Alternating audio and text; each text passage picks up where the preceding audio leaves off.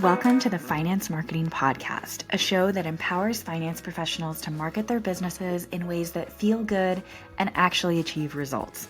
I'm your host, Hillary. I've been working with folks in financial services to develop marketing strategies that work and create results-oriented marketing content since 2020. And I've learned a lot about what works in finance marketing, what doesn't work, and where financial services pros get stuck. Join us each Friday as we explore real, effective ways to market your finance business and connect with folks who truly embody your ideal clients. My guest this week is Bill Cates, often called the original referral coach, having taught advisors how to multiply their best clients for over 30 years. He is the author of 8 books, the 2 most recent being The Language of Referrals and The Hidden Heist. Now, I've really been looking forward to having Bill on the podcast because he brings such a unique perspective to referral generation.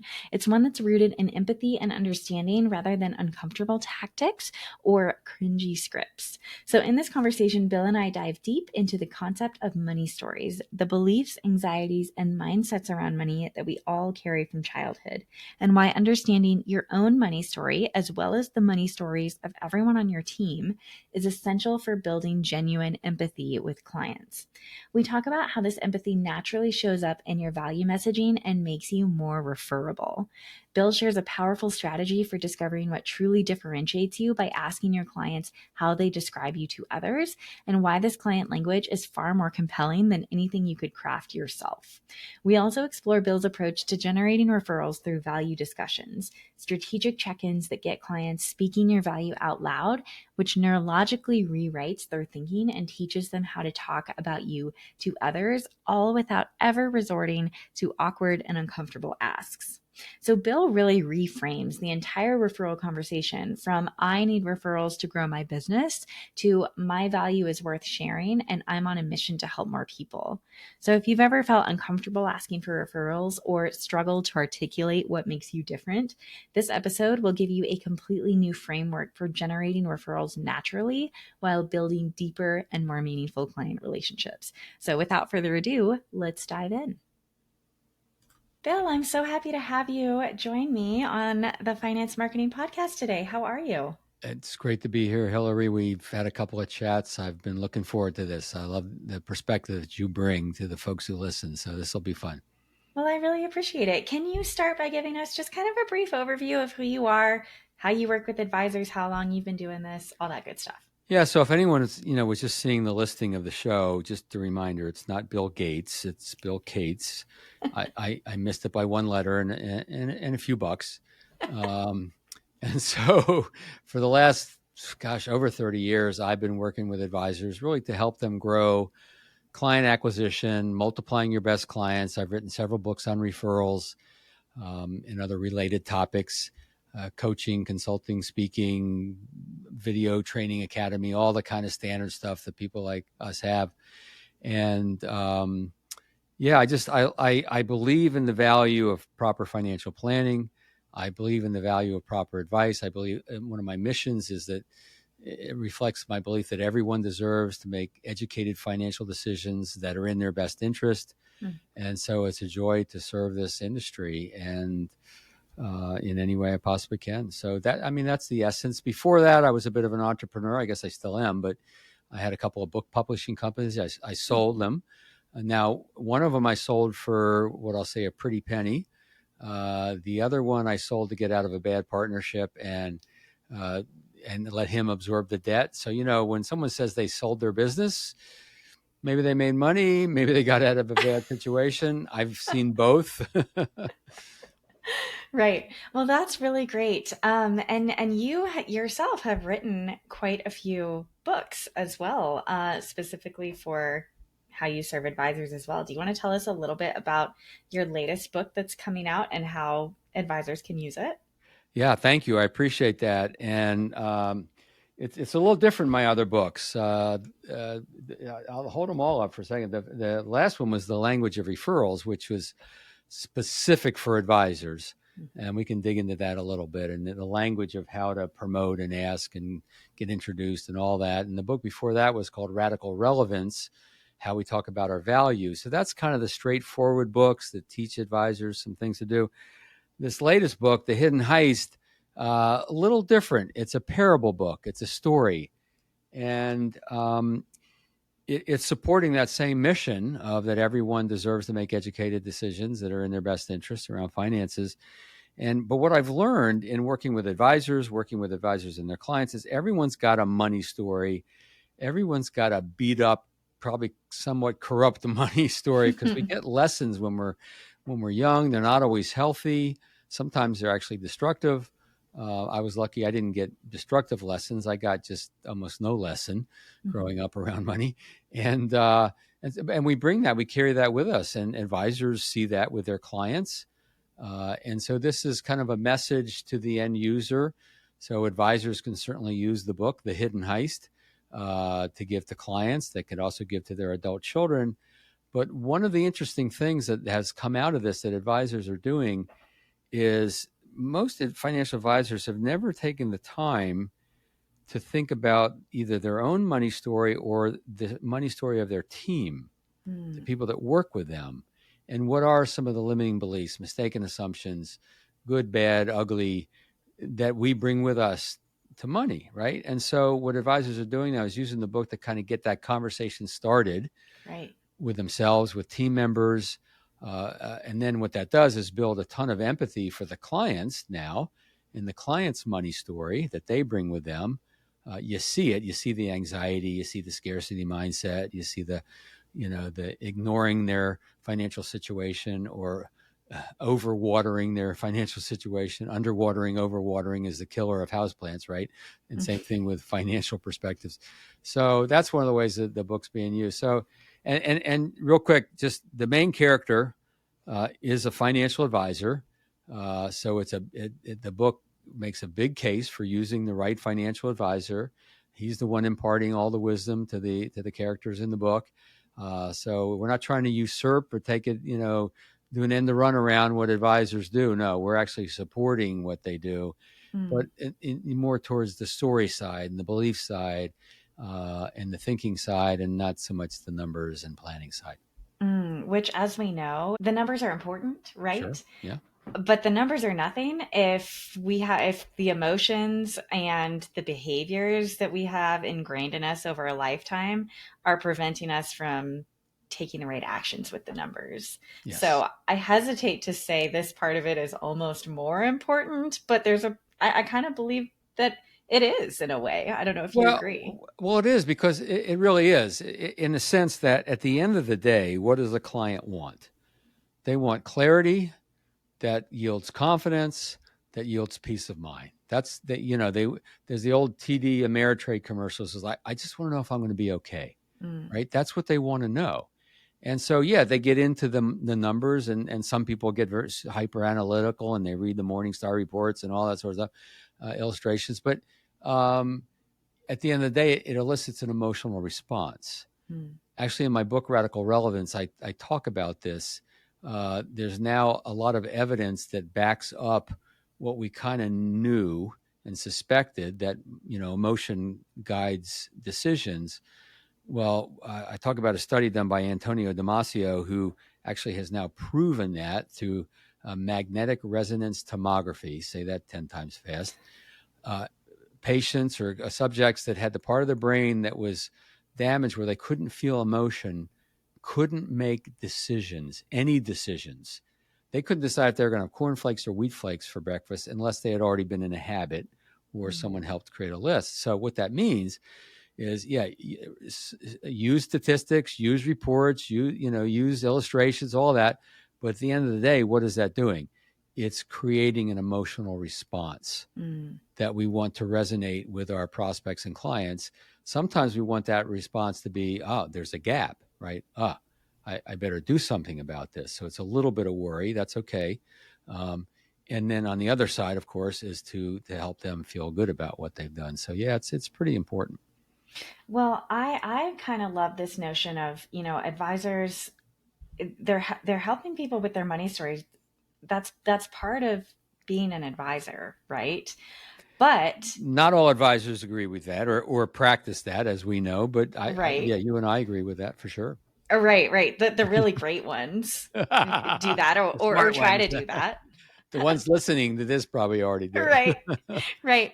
But I think it is interesting to think about, whether they realize it or not, they're bringing the energy and the emotions of their own money story into their client interactions. And so if they're not taking care of their own money story, and working to understand even what their money story is and what it might be driving, there can be a real, I think, misalignment there between what they're trying to accomplish with clients, what they're trying to help clients accomplish, and what's actually happening in the client meetings. Yeah, and here's one of the things that I know to be true, at least through personal experience, is yeah. So all right, so every client comes to the advisor with stuff around money. The advisor has his or her own stuff around money. We all have it. They could be overwatering, meaning they're thinking too much, they're focusing too much. They could be underwatering, they're in financial denial. They could have anxiety, scarcity mindset, shame. Shame's a big thing you see at all levels of financial wealth. And so to know that your client is bringing some of that with them will help you be a better advisor. It will help you help them feel clear, confident, and peace of mind. But one thing to know is that even though you may educate them and show them a reason why they shouldn't or don't need to be anxious, that anxiety never goes away. What we know about the brain these days is that the brain is wired. There are these neural pathways, okay, and you can't rewire the neural pathways. You can only overwrite them. So when an advisor educates and teaches and handholds and all the things that he or she does, you're helping write new pathways, but the old ones are still there. And that's why people fall into bad habits, and because that stuff's still there. And so the point of this is every now and then you want to check in with your clients and say, you came to me, we talked about the anxiety that you have around money. I'm wondering how is that going these days? Well, it doesn't usually go away. And so don't think that you fixed it all by being aware of it and then giving them a rational solution. That helps. It helps a lot, but it doesn't make it go away. And so this is a depth of understanding and empathy that you will bring to the client relationship that most advisors don't.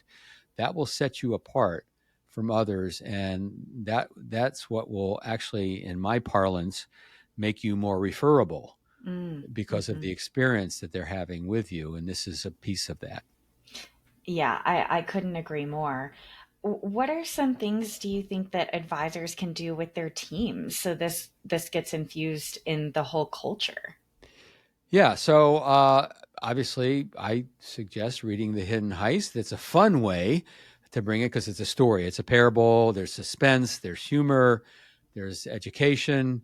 Every member of your staff may see themselves in one of the characters of the book. And it's a very inviting way to bring this out. There are other books out there around money mindset, a lot of good ones. The Financial Mindset Fix is a good one. The Soul of Money is there's a lot of different ones. So it probably starts with just creating some awareness and maybe letting your team do a little bit of the work on their own, reading a book, listening to the podcast, whatever it might be, and then bringing that awareness. And you as the advisor, you have to be vulnerable. You have to be authentic. You have to be genuine. Lead with your stuff because that gives everybody else permission to put theirs on, and don't force anybody to talk about what they don't want, because some people have had trauma around money. So you got to be gentle around this, but just do your best to create the awareness, the conversation, sometimes humor. Sometimes we can laugh at some of the stuff that we bring, right? Oh, that's the old me. That's the scarcity bill. That's the anxious bill, whatever. And then again, ultimately, see the whole thing to serving your clients better, and also, by the way, to talking about your value. Boy, if you could get one thing from this talk about your value messaging, how you talk to prospects and clients, it would be the word empathy, which I mentioned already. So I want you to think about how you talk about your value, whether it's website or a LinkedIn profile or what you say to someone in a meeting. You're holding up a mirror. and you need them to see themselves in the mirror. Mm. You need to be not using jargon. You need to use you and your more than you use we and I and our, Mhm. and display that knowingness and appreciation and checking out maybe what you might assume, but not sure. And so it's that empathy that will allow you, that's what builds the trust. And that's what will allow people to follow the path that you recommend. Mm. So this whole thing, empathy is huge. It sounds a little touchy feely. Well, I suppose it is. It sounds a little woo woo. Yeah, I suppose it is, but it sure does work. Mm. I might put you on the spot here. Are you able Okay. to think just to give us kind of something concrete that we can hang on Yes. to? Are you able to think of an example, maybe of somebody that you've worked with, of how they have, I don't know, taken their value statement from something that was a little too jargony and didn't really resonate and turned it into something that was more empathy laden? Well, yeah, yeah. Hopefully, I'll hit that. What came to mind as you were talking, one of the things I teach in working on the value proposition is, what makes you different. Everybody knows we need to kind of know that. Okay. A lot of advisors struggle in figuring out what makes you different, what makes me different. Well, one of the best techniques, if you will, to figure this out is to talk to your clients Mm. and ask them and say, if you were to talk about me to someone else, what would you say? How would you Mm. describe what I do? That's kind of a sideways way to get at the referral thing too, by the way. But it doesn't have to go there. You just want to learn. Um, and so you'll hear things that you wouldn't expect to hear. In my own situation, I heard from one of my clients, Michael Schmitz. He says, "Oh, I just tell people Bill Cates makes asking for referrals as natural as breathing." I go, Mm. "Wow, that's pretty cool." I would never thought. Can I quote you? And he says, "Yeah." And I knew that I have to quote him because if I just said it straight out, it'd be like bragging, it'd be like Right. marketing speak. But if I say, our clients tell us, and that's how advisors can toot their own horn a little bit without feeling like they're bragging. Our clients tell us. All right, so the example is Daniel and Pat are a couple of advisors out on the West Coast. I was doing some coaching with them.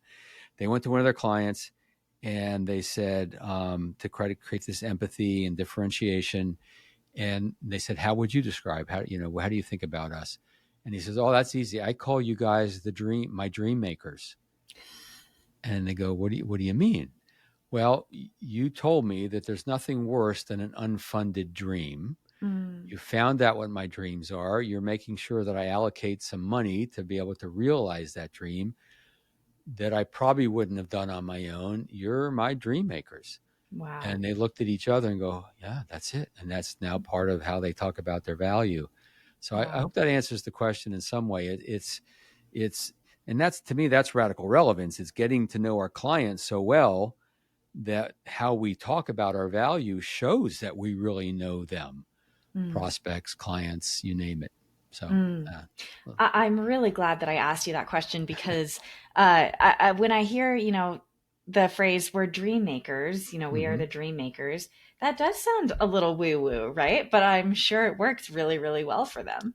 Well, and look, you're not going to attract, however you describe your value, you're going to attract the people that like the way you talk about your value. And actually, Hmm.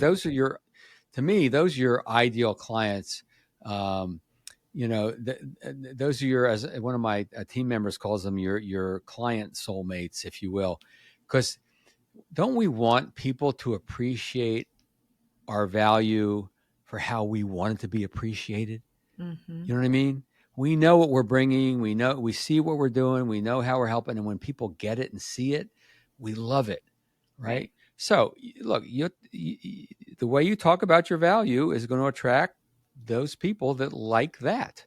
Right. And hopefully you're talking about it in a way that it's going to attract enough of them and Right. enough of the right kind.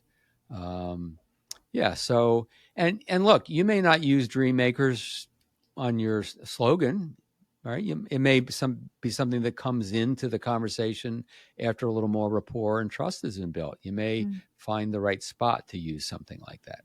Mm. Yeah, I love that.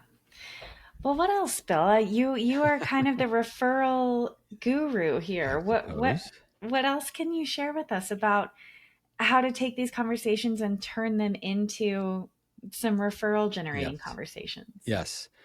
Glad you asked, because there's one thing that I've been teaching for 34 years that I've recently validated with neuroscience. Now, let's make a distinction here. I don't do neuroscience, but I've looked at the neuroscience. And so, all right, so here's kind of the principle. I love to teach principles first. Um, all of us understand the idea of when we're not clear on something, business, personal, relationship, you name it. Maybe we grab a friend, a colleague, somebody, and we say, I got to talk this out with somebody, right? Can I talk it out with you? And you start to talk it out and maybe even have a possible solution you've been thinking of. And before your friend even says anything, you go, yeah, that's it. That's what, you know.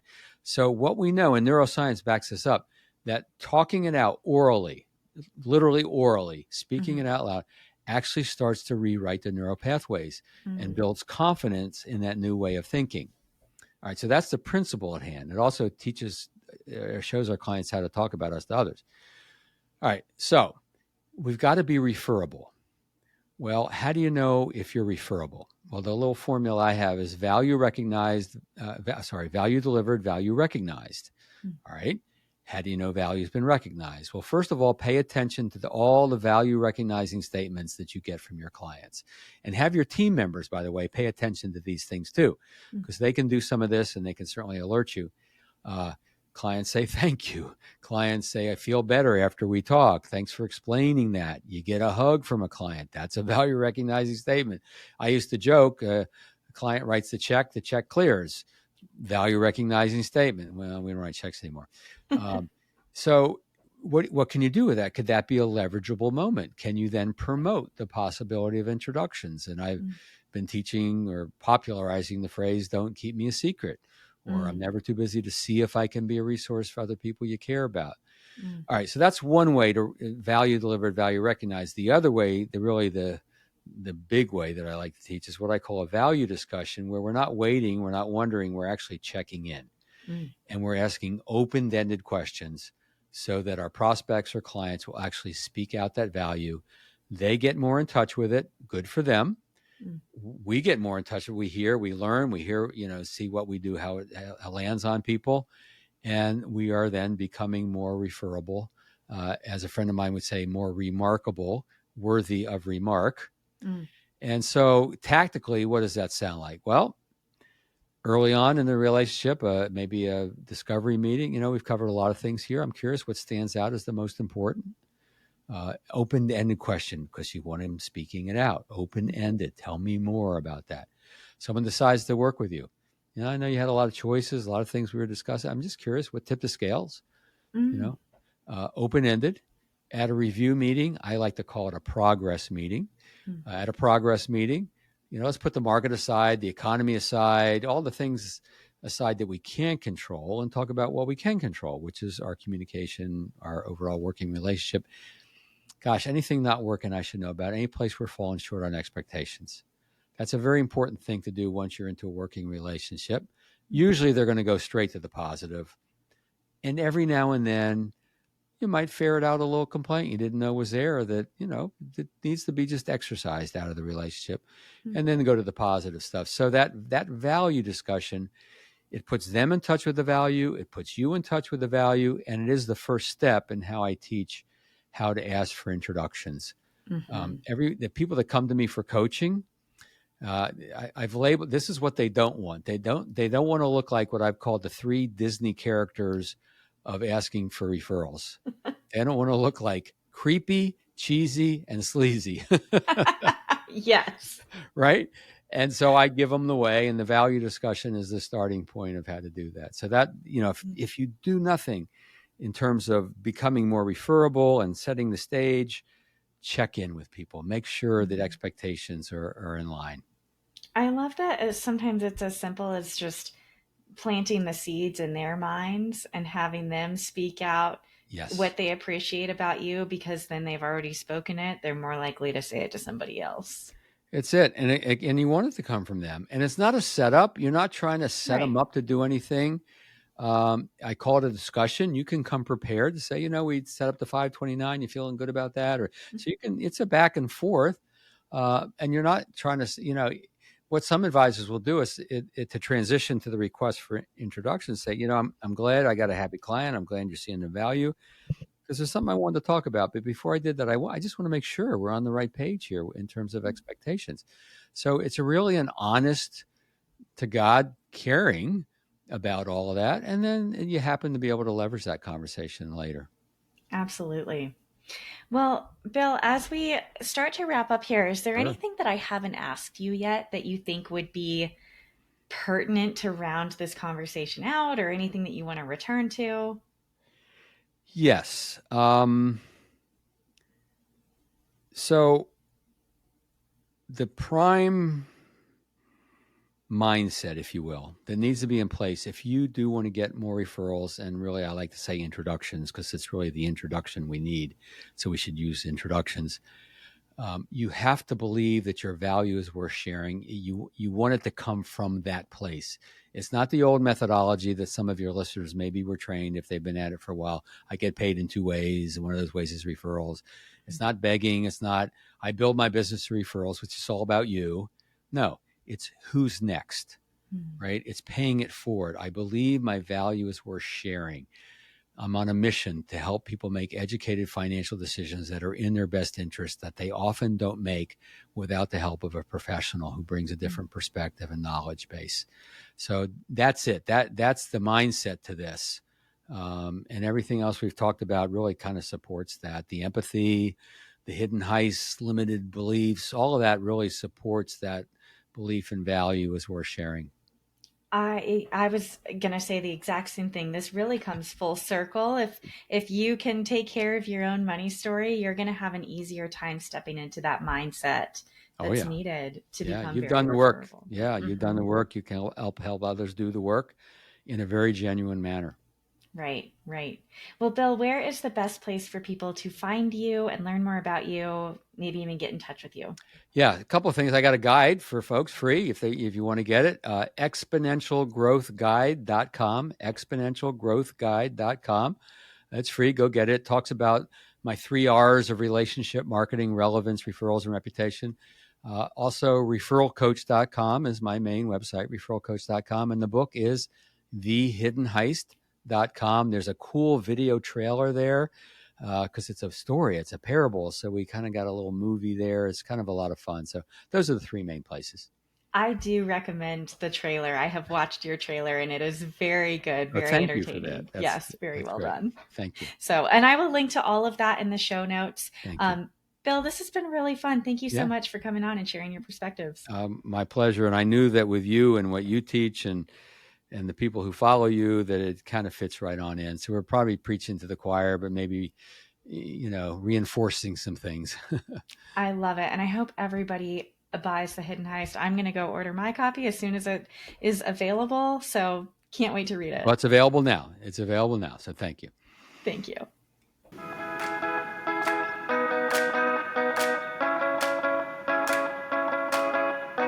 Thank you so much for joining us on this episode of the Finance Marketing Podcast. If you're eager to market your business in a way that feels good and actually gets results, sign up for the Finance Marketing Podcast newsletter in the show notes so you never miss another episode. If you liked what you heard today, please be sure to subscribe to the show on your favorite listening app and leave a review on Apple Podcasts. We'll see you back here next Friday.